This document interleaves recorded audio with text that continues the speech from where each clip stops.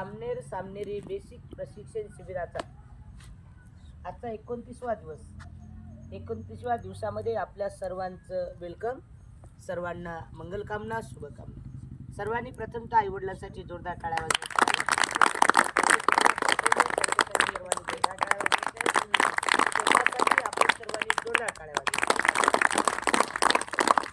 धन्यवाद.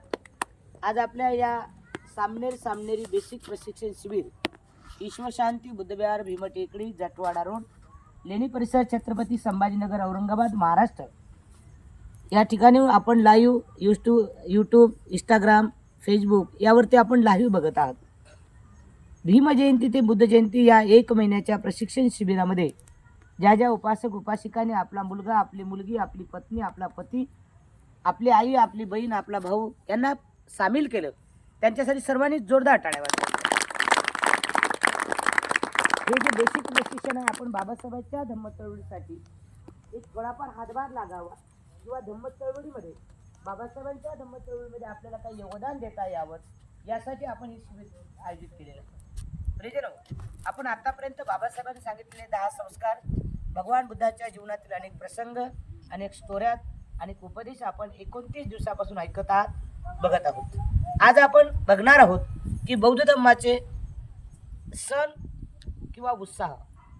बौद्ध धर्मामध्ये उत्साहाला महत्त्व नाही, पण आपले सण कोणते आहेत बाबा? आपण मोठा सण कोणता साजरा केला पाहिजे? आपल्या जीवनामध्ये बौद्ध लोकांचे सण किती मोठे आहेत. आपण त्याला त्योहार म्हणतो, हिंदीमध्ये त्योहार म्हणतात, आपण फेस्टिवल म्हणतो, है ना. स्टँडर्ड शब्दामध्ये फेस्टिवल म्हणतात, काही जयंत्या म्हणतात, है ना. मग हे आपले कोणते आहेत, आपण कोणतं मानले पाहिजे?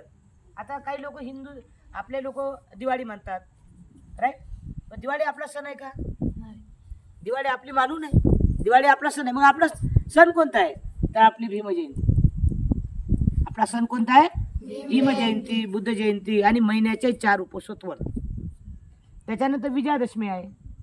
त्यानंतर औरंगाबादमध्ये आपल्या विद्यापीठ नामविस्तार दिन आहे, बरोबर आहे.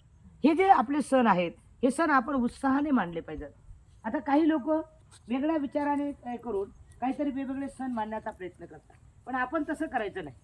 आपण बौद्धांनी कोणते सण मानले पाहिजेत? भीमजयंती, बुद्ध जयंती, अशोक विजयादशमी, नामविस्तार दिन, त्याच्यानंतर आपल्या महिन्याच्या 4 पौर्णिमा, हे आपण एवढे उत्साह मानले पाहिजेत, एवढा सण मानले पाहिजेत. मग हे कसे पालन करायचे आपण? आता भीमजयंती कशी पालन करायची?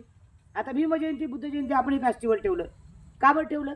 याचं कारण भीमजयंतीचा अर्थ कळला पाहिजे, बुद्ध जयंतीचा अर्थ कळला पाहिजे, त्या पद्धतीने त्यांनी फॉलो केलं पाहिजे.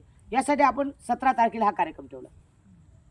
17/5/2026 आपण इथं बुद्ध फेस्टिवल, भीमजयंती ते बुद्ध जयंती यांच्या संयुक्त विद्यमानाने आपण भीमटेकडी या परिसरात येणाऱ्या सर्व उपासकाला भीमजयंती कशा पद्धतीने साजरी करावी, बुद्ध जयंती कशा पद्धतीने साजरी करावी, त्याचा समाजावर होणारा परिणाम कोणता आहे हा आपल्याला तिथं सांगायचा आहे. त्यासाठी मोठे साहित्यिक वगैरे आपण बोलवलेले आहे. आणि म्हणून सर्वांनी हेच आव्हान समजून, हेच निमंत्रण समजून सर्वांनी मात्र त्या कार्यक्रमाला 17 तारखेला रविवारी संध्याकाळी 6 वाजता हा कार्यक्रम सुरू होईल.